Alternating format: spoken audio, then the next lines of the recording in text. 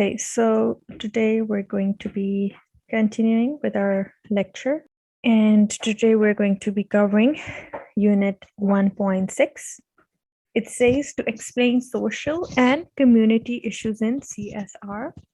Previously, we discussed our political and economic issues, and today we're going to be discussing these.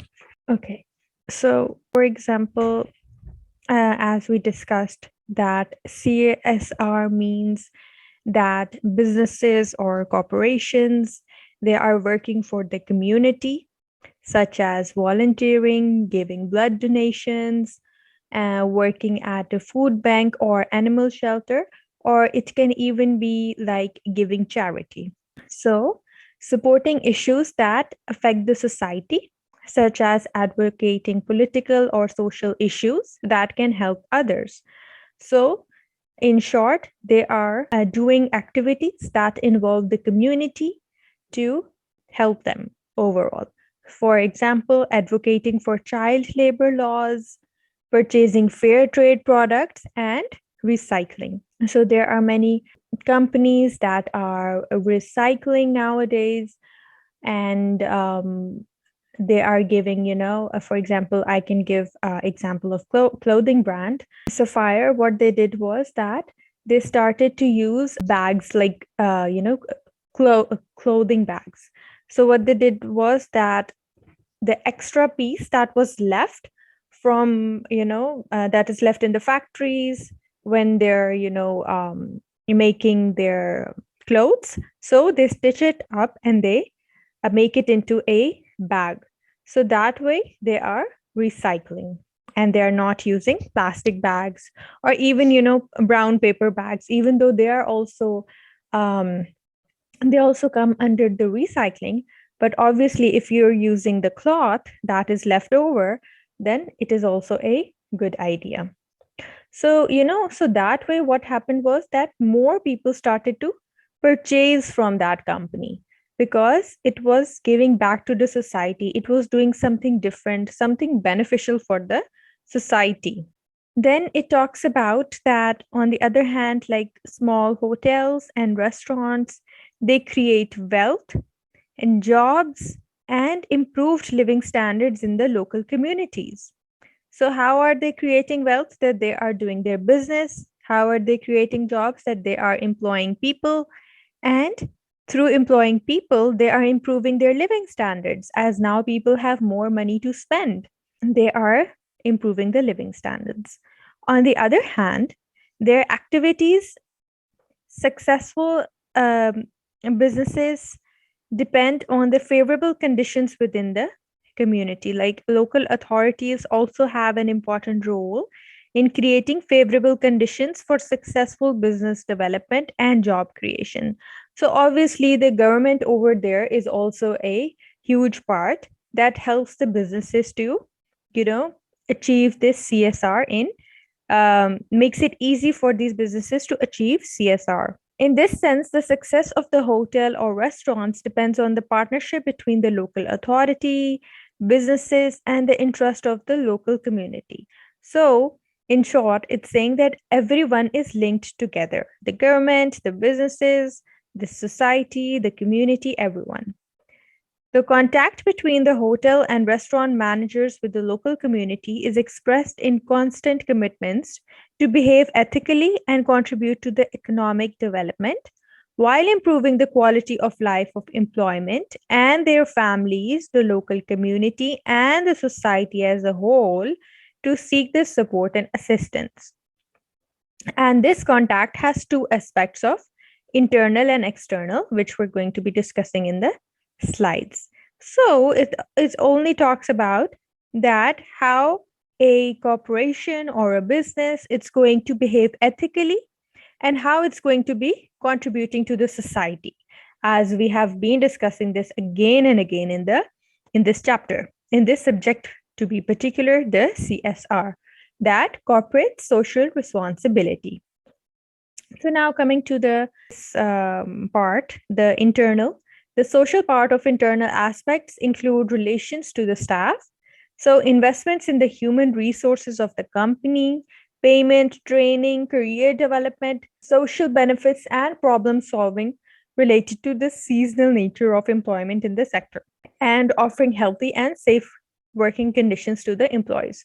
So, this talks about the internal aspects, like obviously internally we have our employees in the company. So, it's talking about how we have to help them and how we are responsible for them. Like, we're going to have to provide them training, we'll have to provide them with extra benefits, bonuses, commissions, and so on. And we also have to take care of the working condition. For example, if it's a chemical factory, so we have to provide them with proper gear, proper costumes, proper masks, proper gloves, and all of those stuff. So you have to provide them with proper and healthy working conditions so their life is safe and not at stake.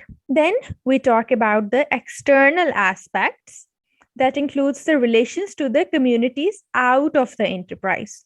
So we're now going to be talking about the people who are out of the business, but they are, indirectly related to the business.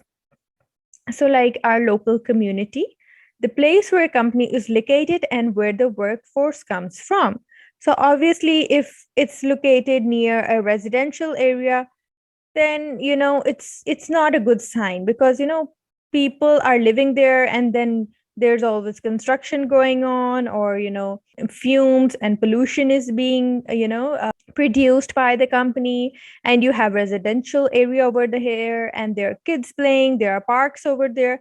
So obviously it's going to be dangerous for the community, for the people that are living around that area.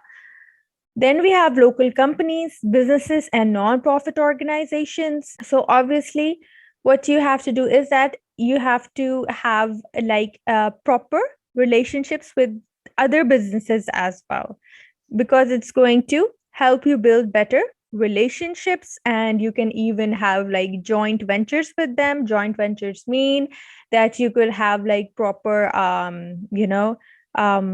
business, you could start a project together, like some companies do that for like 1 month or 2 months, they start a project together. So you could work with them. Then we have external stakeholders, customers, suppliers, and subcontractors. So in short, you have to take care of all these people as well, that are your customers, your suppliers, and your subcontractors. So this is for the if we have talked about over here about the social and community issues, that how people are being affected by inside the organization and by outside the organization. Then if we come towards the first point, that is employing socially disadvantaged and disabled people. So those businesses with employees with disability say that they tend to be more productive, more focused on the work, and they are even more loyal to the organizations. And these employing persons with disabilities are seen to be as a wise business choice rather than charity or CSR. So they say that the studies show that if we employ a person that is disabled, so what will happen, that they are loyal, they are motivated to work, and they are more productive, and they give their best. So they say that it's better that if you employ a disabled person rather than giving charity. So like this way you're helping a person, and this way the business will have a positive image in the society, and it is helping the people. So this is also a part of CSR. So CSR is not like only about reducing pollution or taking care of the climate or everything. You have to take care of your society, your community as well, and you could do this like employing disabled people. So then we have that what is the basic policy in hiring persons with disability. So the government agencies This is like a, this is a law. I think it's in UK, and they have like government agencies shall reserve at least 1% of their regular and non-regular positions for PWDs. PWD means persons with disabilities. So private corporations, on the other hand, who employ at least 100 employees, are encouraged to reserve at least 1% of all the positions for our PWDs, are persons with disabilities. Those who employ less than 100 employees are encouraged to hire PWDs. So it is just that the government has assigned that you are supposed to hire one person, at least one person. So every business could, if even every business employs one person, we can help them as a community. Then we have employees with disability. Okay, so these are the benefits, like benefits of employing socially advantaged people. So first is that reliable. So people with disability, they take fewer days of work, they take less sick leaves, and they stay in the jobs longer than the other workers because they are motivated and they are, they feel special that we have been employed. So they are very loyal to the companies. Then we have productive. So once they are in the right job, people with disability perform as well as other employees. So what happens is that, for every disabled person, we just need to take some time out and we just need to, make some efforts, and we need to help them find the right job in the right organization. And when we have done that, they can perform as good as a regular employee as well. Then we have affordable. The recruitment costs are lower. And then we have safe, that the Australian and overseas studies have found that workers with disability are no more likely to be injured at work than other employees. So this is shown by a research that they are less likely to be injured. Then we have good for business, because people with disability build strong connections with the customers. They boost staff morale and loyalty by helping to create a diverse workforce, and teamwork is enhanced. So what happens is, as a customer, when you go to a business and you see a disabled person, you feel more, you kind of feel like, wow, that this is such a good company that they have hired this person.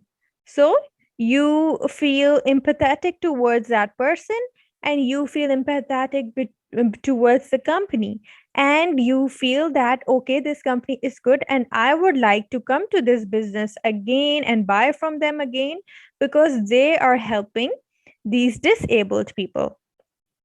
And also it talks about that they help to boost the staff morale. So obviously, if regular people are working there, and then this one disabled person is working there, and he's, giving his best, and the regular employees are like looking at him, so they will get inspiration from him, like look at him, he is giving our best, and we're like normal people, and we're trying to like run away from work. So it's kind of a gives you inspiration and motivation to all the other staff as well, and this will also enhance the teamwork. Then then it says that it builds the company's image among its staff, community, and customers.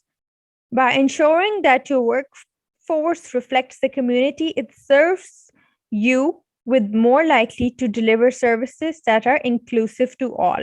So obviously, that if you're hiring a disabled person, then all the disabled person will also feel that they are important towards the community. Then we come towards sponsorships, that why do businesses have sponsorships. So as you can see that sponsorships increasingly engage in CSR activities surrounding sponsored events. For example, the Soccer World Cup and Olympic Games. It even happens is like cricket games also that we see. This study examines how linking CSR to sponsorship affects consumer attitudes towards sponsoring brands. So obviously, what happens is that I can give an example that right now we're having our PSL going on. So what happens is that there's I think it's Supreme or Danidar, it's like a tea company, and they like have a proper setup at the stadium, and they provide, free teas to everyone. So this is kind of a sponsorship.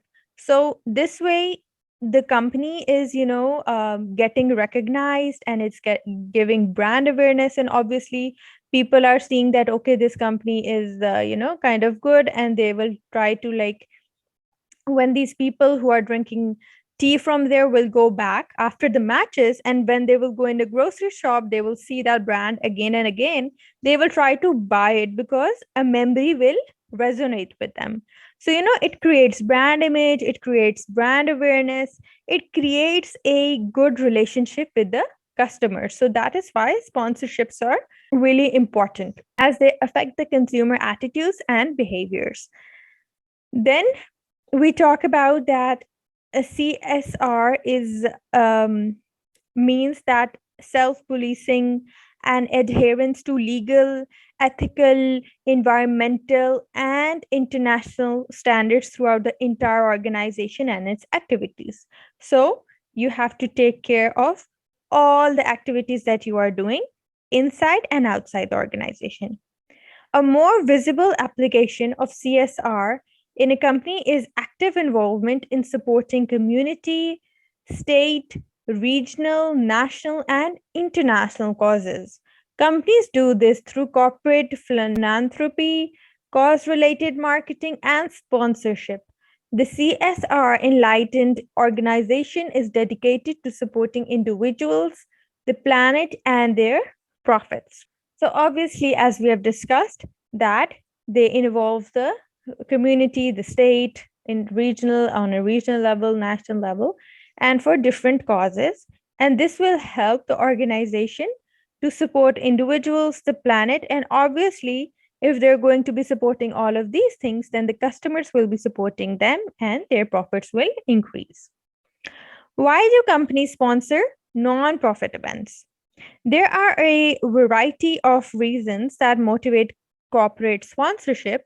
Primarily, companies want a specific return for their investment, which may be measured by the exposure from associating with a highly visible cause.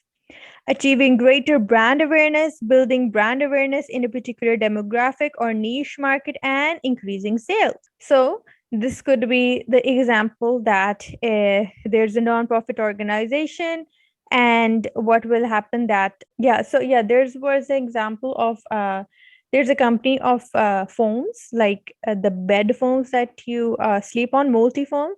So what they did was that they had a campaign over there. What they did, I think they gave out like 200 mattresses to the helpless people, on the poor people who don't have homes, and they're like on the roads and everything. So it was like a non-profit event, and through this, what happened that they built brand awareness, and obviously more people are, more customers will be like willing, they'll have a a happy and a positive image in their minds, and wow, this company helps these poor people, now we're going to buy from them. So in the future, they are able to help those poor people more. So this is how companies, they sponsor different things in different events.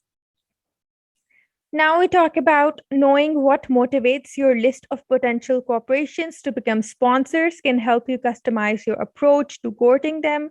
We have discussed this and how they do it. Then remember, there are more nonprofit events competing for sponsors today, so it is imperative that your organization stands out from competition to be considered. So it's talking about that now the competition has increased, so it's kind of difficult to barge in and try to make your business stand out from everyone else. So now we're going to be coming towards the benefits of sponsorship, like building and strengthening brand awareness and image. We have discussed this, that obviously people are going to support you more. Then we have building brand differentiation, that not every business is doing this, only your business is doing this. Then we again have brand awareness by accident. So building community awareness and support.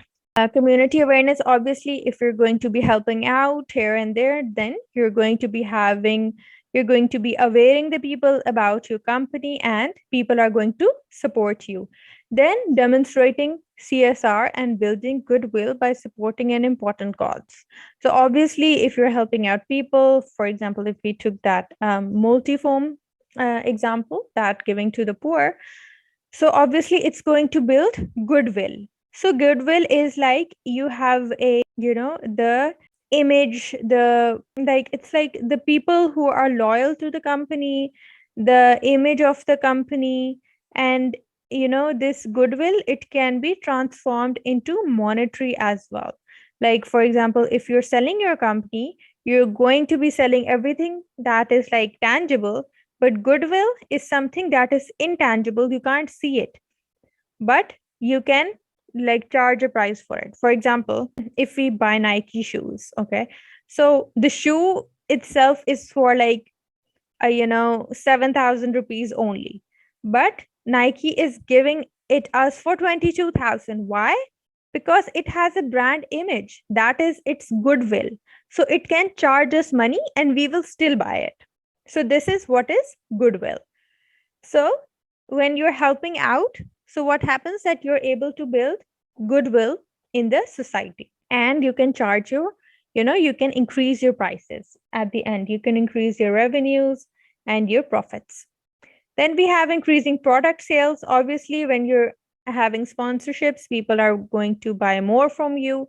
And then we have recruiting, retaining, and motivating employees. So obviously, what you're doing, you're giving back to the community, and this way your employees will be retained, meaning they won't leave the company, and they will be motivated to do their work. Are there any questions still here?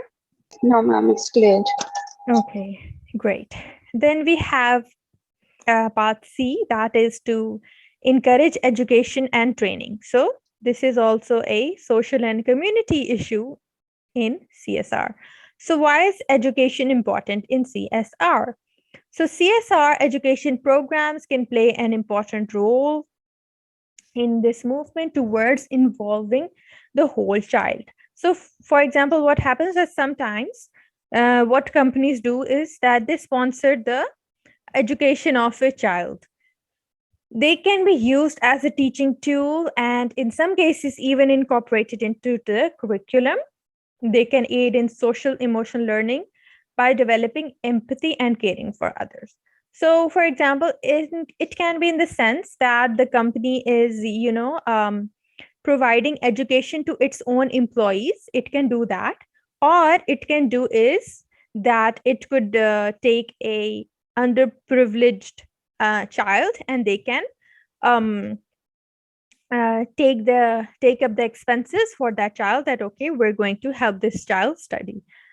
So this is how companies also use CSR in terms of education. Then we have, and they can provide students with experience and skills that can take with them into the workforce. Many CSR programs in education bring together groups of students and provide a great opportunity for them to develop 21st century learning skills that will help them throughout their lifetime. So what can also happen is that a company could go to a specific university and take the top 5 students from each university, and they could give them education and training, and that way it's going to help them learn different skills. Then we have critical thinking, creativity, collaboration, and communication are key skills for students to master in preparation for life after high school.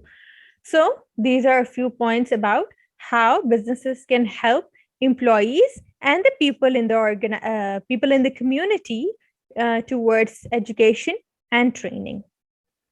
Then we have volunteering. Okay, so, corporate volunteering is a way for businesses to enable their employees to give back and contribute to the communities. It's usually accompanied by a volunteering time of VTO or the policies that empower employees to work with a larger purpose outside of their world of work. So, volunteering time off means that the volunteer work that you are doing outside of the organization. Volunteering can help employees enhance their communication, leadership, and interpersonal skills. Their decision making and problem solving skills will improve as well. When you look at reasons employees quit their jobs, it's often because they are not given the opportunity to use their skills and abilities.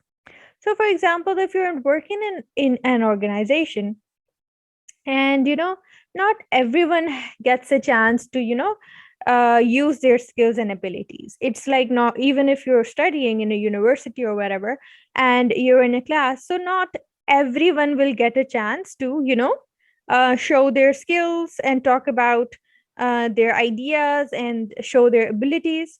So people feel like they are not important to that organization, so that is why they are saying that volunteering is important.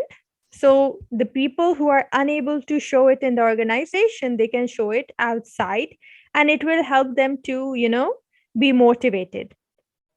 So, for example, I remember that we had a volunteering event and I took my little sisters with me, and it was like we had to spend time with the people at the orphanage. And like it was a really good event, and when my sisters came home, they were really happy and they were so motivated and they felt so grateful for everything that uh, like they were able to play with them, they were able to communicate with them. So this is how it's also going to affect the employees of the organization as well, that if they go and volunteer, they are going to feel good about themselves and that is going to motivate them. Then we have examples, the benefits. That is, the first one is employee branding. So, employees are often seen as the company's most important assets. So, obviously, attracting the most talented employees to your company should be on every company's agenda. So, employees want to work for companies that have good reputation, companies that are socially responsible, they care and invest in the local communities. So, it says that a survey by non-profit organization, the name is Net Impact, showed that 53% of workers said that a job where I can make an impact was more important to their happiness, and 72% of the students about to enter the workforce agreed. So they say that employees, they want to go in an organization where they can make an impact, where they feel that they have the responsibility to have an impact on something. Then we have employee engagement. When employees have personal values that are aligned to their company's values, employee engagement goes up and productivity also rises.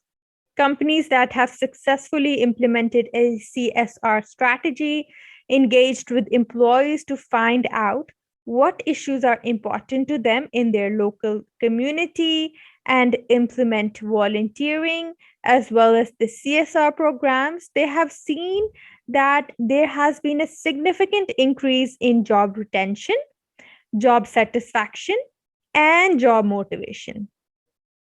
And also, a study has shown that analyzed a global management consulting firm. So, this is a research about that firm. And those that participated in a CSR program were up to 32% less likely to leave the company. So obviously, if you're going to have CSR programs, people, your employees, they're going to like your company. They're going to want to stay in your company, and they would be less likely to leave the company. Then we have customer engagement. So studies have found that consumers are 88% more likely to buy from a company that supports and engages in activities to improve the society. Like we discussed the example of the multifoam company, like we discussed the example of the company of Sapphire, the clothing brand. So, people are going to feel that these companies support the society, so we're going to be supporting them. Using CSR can help you engage your customers in new ways, attract new customers that are socially aware, and add money to the bottom line. So, obviously, many people know about the companies, but they don't buy from them. So, what you will do is that you're going to have a proper, more creative CSR program, and that way people are going to come towards your company and buy from you, and obviously, you're going to make profit. Then we have professional development. By implementing a volunteering strategy that takes into account the skills and positions of employees, you can provide additional value through professional development, giving employees learning opportunities or to access to leadership opportunities might not be possible in workplace. Yet through volunteering, employees can develop new skills, lead teams in a new environment, and they could also increase their communication skills. So, obviously, like we discussed, that they are able to enhance their skills, and that is going to help them in their professional life. Then we have value. Through a good CSR strategy, companies can increase their brand reputation and brand identity in the market to attract new customers. If CSR is aligned to companies' values, this can differentiate the brand from competitors and improve customer engagement and retention. If done at a local community level, it can change local perception and increase the opportunity for tailored marketing campaigns, which generate positive publicity and media opportunities due to media interest in ethical business activities. So, in short, what will happen that if you're following CSR, you're having different programs, what is going to happen that the media is also involved. They are going to help to, make you famous, and they will help you to publicize your different campaigns. This way, your value will increase and more customers will be coming towards you. Then we have new business. Large multinational companies understand the value that CSR and volunteering adds to their business employees, and the communities in which they work. Therefore, when companies that are socially responsible are looking for supplies and service providers, they expect the same as part of the tender process. They will ask you about the hiring practice, sourcing, sustainability, compliance, and CSR. A good volunteering program will enhance your reputation and help you to win and retain the business. So, what it's talking about is that when you start up a new business, obviously, if you're going to be following CSR, then you will try that all the people that are related to you, for example, your suppliers, so they should also be following the CSR. You want a company that is following the same vision and mission and ethical values as you. So, this is completed till here. Are there any questions? No, ma'am. Okay, great. Now we're going to be looking at a few examples of, a social responsibility. So the first example is of Lego. Lego is a like a really famous brand for kids, and so it's about their CSR is about commitment to sustainability. So it says, with the powerful influence of being one of the most well known toy companies in the world, Lego has taken initiative to encourage children through the use of their products to understand the importance of fostering a healthy planet. After making a powerful promise to reduce its carbon footprint, Lego became the first toy company in the world to receive a World Wildlife Fund Climate Savers Partner. So it has reduced the carbon footprint and it helps the children to understand the importance of a healthy planet. Lego displayed its commitment to the environment by announcing its plans to use only environmentally friendly materials to produce all of its core products and packaging by the year 2030. The company has already taken numerous steps to make this goal a possibility, including shrinking their box sizes by 14% and opting to use a certain amount of sustainability sourced materials for their signature building blocks.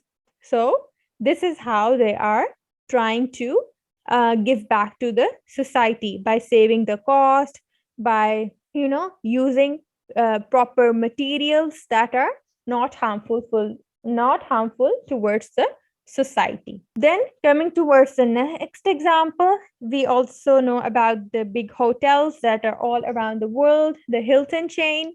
So they talk about the hospitality for all. So it says that possessing 380,000 team members worldwide, Hilton stands out for providing a consistently positive experience for its workers, no matter their job role. So, from frontline, hourly staff, all the way up to the executives, Hilton holds the powerful motto hospitality for all.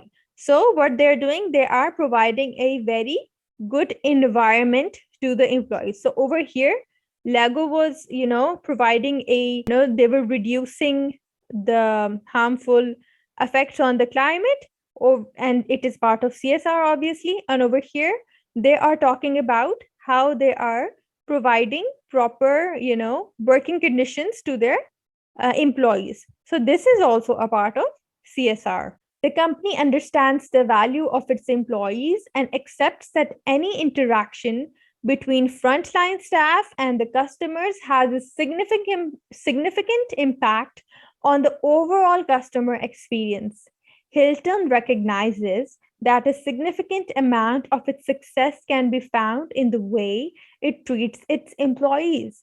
And as many as 96% of employees of the company have said that it is a great place to work. So, as we've discussing previously as well, that CSR is not only about the climate change. It also is important about how you're, acting towards your employees, how you're providing them the environment, how you're in the supply chain. Like over here, we're going to talk about the supply chain as well in the next example. And then you're going to understand it better, inshallah. Okay, so Levi's, we all know about this company as well. It's pretty famous all around the world. Then it talks about worker well-being initiative. So in 2011, the renowned fashion brand Levi's Strauss and Co. launched an initiative known as Worker Well-being, WWB, with the goal of creating a more sustainable supply chain. In its WWB guidebook, the brand states that worker well-being initiatives can increase the quality of life of workers and translate the benefits of healthy and happy employees into meaningful business impacts. Since this point, Levi's has branched out with this initiative into 17 countries, impacting 190 workers, representing 65% of the company's production volume. So over here, it has talked about the supply chain. So in the supply chain, everyone is, together. You start from the suppliers, from the raw materials, and you go to the end customer. So obviously, if the worker is, properly being handled, they are healthy, they are happy, then obviously it's going to have a positive impact on the business. Then we talk about the fourth example, that is of Starbucks, and they follow this, coffee and farmer equity. They are a part of that. So Starbucks follow this. So according to the coffee giant, their CAFE practices, this is the name of a practice, a law, a policy, were launched in 2004 in collaboration with Conservation International as a comprehensive set of social, economic, environmental, and quality guidelines that dictate how coffee should be ethically sourced. So, what they had to take care of was that from where they are sourcing the coffee. So, we're going to study these, that what these included. Uh, CAFE or CAFE has a set of standards suppliers must meet in different aspects of their operations, including waste control, water quality preservation, energy conservation, biodiversity preservation, humane working conditions, and all of these things. This particular set of standards are upheld across all Starbucks suppliers, in addition to 99% of the brand's coffee beans now being ethically sourced.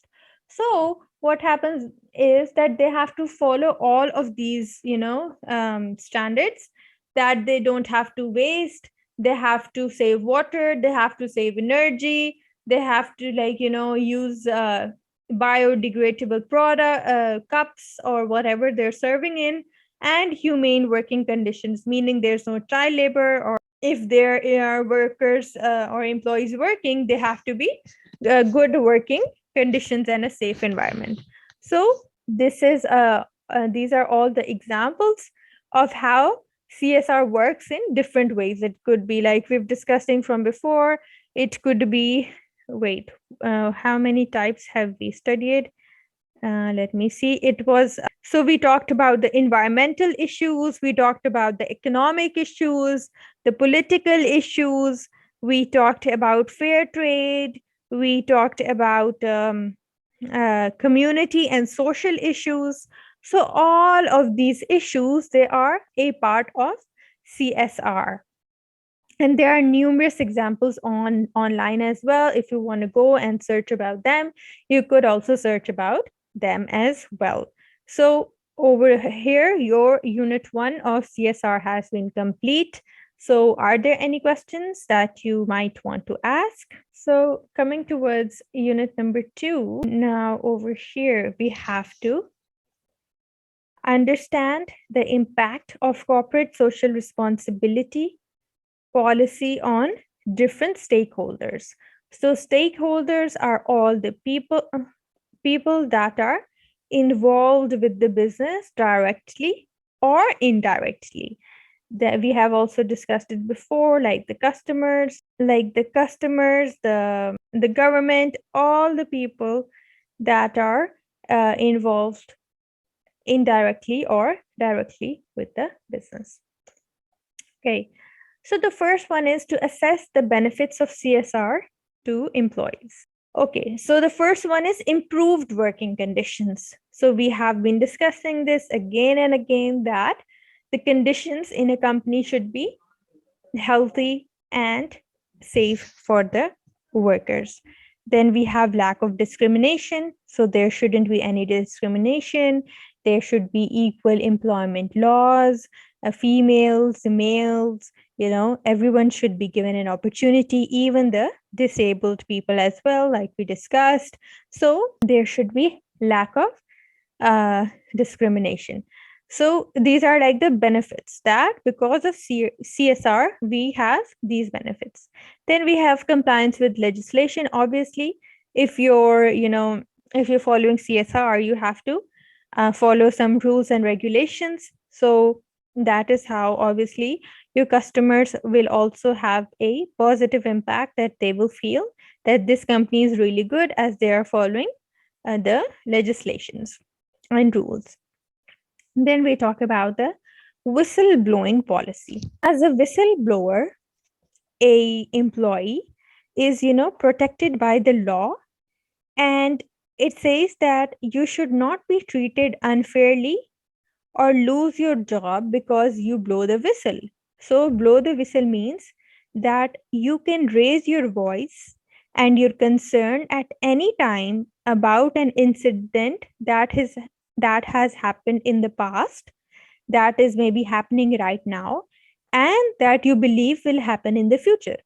So for example, if there's harassment going on in the company, then you are allowed to speak up for it. That is known as the whistleblowing policy. That the law, the government protects that employee if anyone is being unfairly treated at the organization. Then this is a benefit.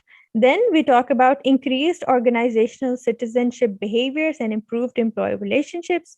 So, when organizations implement the best practices in CSR, employees are more likely to engage in cooperative behaviors towards their co-workers and organization, like going out of their way to help their teammate. Similarly, CSR promotes higher quality and closer relationships between the employees. So obviously, if a company is following CSR, people are going to, come towards them, and they're going to want jobs in their businesses and buy from that company. Then moving on to the next slide, 2.2, that is to analyze the impact of CSR on the supply chain.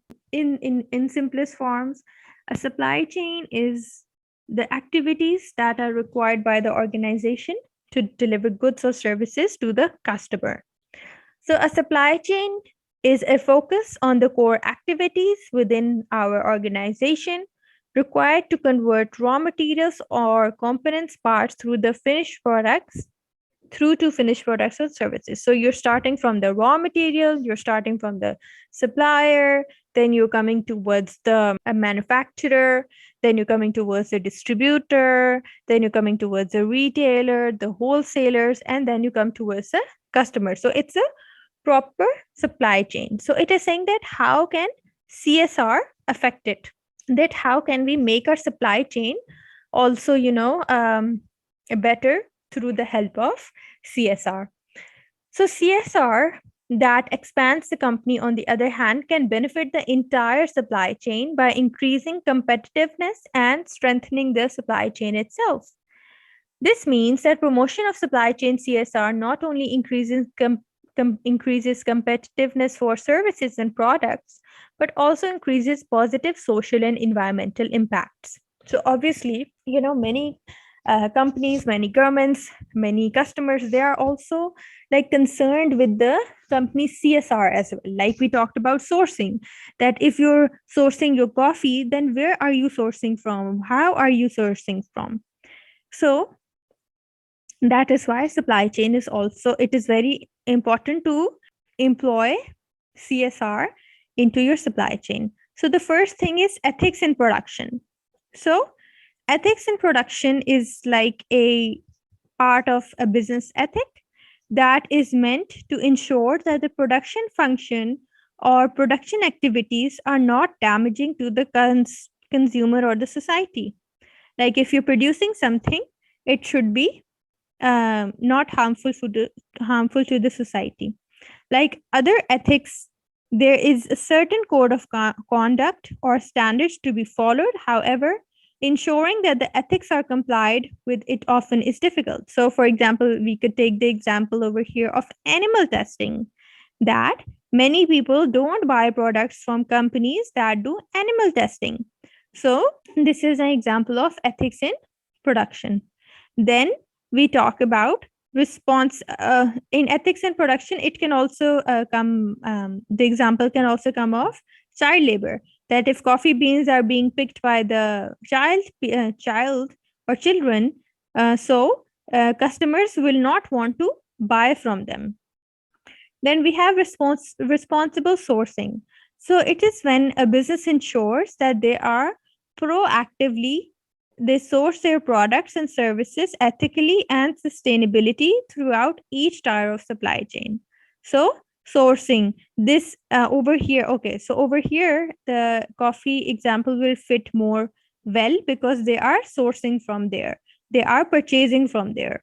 So companies and customers, they are very concerned that from where and from how the products are being, the raw materials are being sourced. Then we have, because of this, if you are, sourcing from a good place, and you are following the ethical standards, then there will be a brand boost. So obviously, your reputation of the business will improve. Then we have increased market shares. Obviously, people are going to buy more from you. And then we have cost reduction. Obviously, then you will be able to save more cost.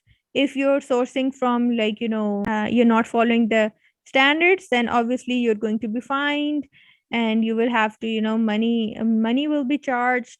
And so that way you will, your cost will increase. So the opposite is that if you follow CSR, your cost will decrease. Then we have reduced transport cost. So, more efficient freight transportation can help improve air quality and mitigate climate change by cutting emissions. It also reduces cost, demonstrating the people profit and the planet.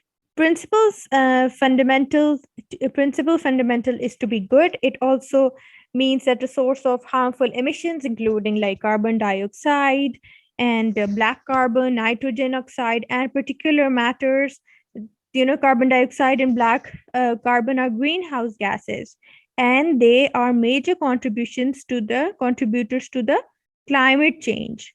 So these are like also very harmful for the public health.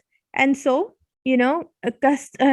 supply chains, they should try to reduce their transport cost by following like proper proper transportation, and they should try to improve the transportation they are using, so that it is less harmful for the society and for the world and the climate. Then we come towards reduced carbon footprint. A carbon footprint is like the total amount of greenhouse gases, including carbon dioxide and methane, that are generated by our actions.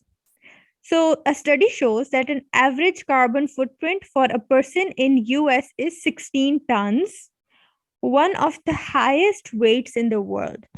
Globally, the average carbon footprint is closer to 4 tons. So you could see that for one person it is 16 in US, and for other people it is 4. So it is a lot. Then investing in green energy and green office equipment can be another great way to reduce your carbon footprint. This is how you're going to reduce it. Most energy providers will offer a green tariff, or you could even invest in your own renewable energy sources. Like you could use solar panels, and you could use like windmills and different things to, you know, save the environment and reduce the carbon footprint. We talk about the use of technology in supply chain management. So, technology solutions can play a vital role in increased speed of delivery and keeping the customer informed about the product delivery schedule. Like we have all of these things because of technology, that we're able to track our orders. Processes can be designed to keep customers informed throughout the process, from order confirmation to order fulfillment. So, from the start of the process to the end of the process. Technology platforms for the social sector can bring greater transparency in implementation by bringing all the relevant stakeholders at one place. Technology can help in prioritizing CSR expenditure and helping to choose the right partners at the planning stage. What the role of technology is in distribution management, that technology could improve the flexibility, the timeliness, and it could help to reduce the waste in the distribution process. So these are all the ways that, impact the supply chain. And this is how the CSR can impact the supply chain to make it even better. So are there any questions in this? No, ma'am. Okay, great. Then we come towards our last topic for today, that is 2.3, And over here, we need to explain that how CSR policy it impacts the business performance. Like, does it have a negative effect or does it have a positive impact? Social responsibility programs can boost employee morale in the workplace and lead to greater productivity, which has an impact on how profitable the company can be. Businesses that implement social responsibility initiatives can increase customer retention and loyalty. Besides the potential loss of socially conscious consumers, CSR impacts a business ability to attract top talent and affect employees' job satisfaction levels and retention rates. The next generation of workers currently entering the workforce seek out employers with a clear and effective CSR strategy. Obviously, it says that it helps to boost the morale of the customers, the people in the community, and this way, what happens is that no more people want to join a company that is following CSR. So, what are the benefits that there will be? Improved sales. So, besides creating goodwill, as we discussed before, CSR can improve corporations' bottom line, that it could help to improve the sales. These strategies help improve public perception and they help to foster a positive attitude toward the company. When a company improves its corporate image, it can translate into increased sales, loyal customers, and increase interest in the company stock. Then we come towards the improved profits. So, socially responsible companies cultivate positive brand recognition, increase customer loyalty, and attract top tier employees. These elements among the keys to achieving increased profitability and long term financial success. So, obviously, if we're going to be increasing our sales, then in return, we're also going to be increasing our profits. So, studies have shown that companies that fully integrate CSR, that they follow all the rules and regulation, they can expect a good financial return on the investments. And companies integrating CSR have shown to increase sales and prices as well to reduce the employee turnover. So, sales are increasing, prices are increasing, profits are increasing, and less employees are leaving the company. So, it's overall, it is having a positive effect. Then, conflicts of interest between the stakeholder. So a conflict of interest, like it arises when like a person chooses personal gain over the duties to an organization in which they are um, a stakeholder or exploits their position. So like all the like corporate board members have like duties to be loyal to the corporations. For like example of stakeholders we discussed can be like funders, the state, governments, non-profit organization, business connections, like different suppliers. So what you can do that you can help the stakeholders. So okay, let me tell you like easy words that, for example, if um I have my government, I have my businesses, I have my customers, and I have my suppliers. And there is an issue, there is a conflict between them. So how will I resolve that issue? So what I can do is I can uh, you know um, have a meeting with them and I can understand all the difference of opinions and I can, lay down everything on the table that this is your problem, this is your problem, this is your problem, make everything transparent, and then, come to a consensus, come towards a negotiation. So this is how I'm going to solve this problem, the conflicts between the stakeholders. Then I come towards the competitive advantage. So a competitive advantage or edge is like the same thing, and it is like a characteristic that allows organization to outperform its competitors. So it means that it makes it stand out from its competitors. It's giving something different to the customers than its competitors. It has like a special feature that it's giving to the customers. So responsible corporate policy is important differentiator, and 66% of global customers would be willing to pay more for the products and services from companies that fully apply CSR. So it's saying that if you have like if you are buying CSR in your company, then what will happen is that more people will be willing to buy from that company because they are making a difference, a positive impact in the society. So this is like a competitive edge or advantage for any company that is employing CSR in its company policies. So are there any questions till now? No, ma'am. Okay, that's great.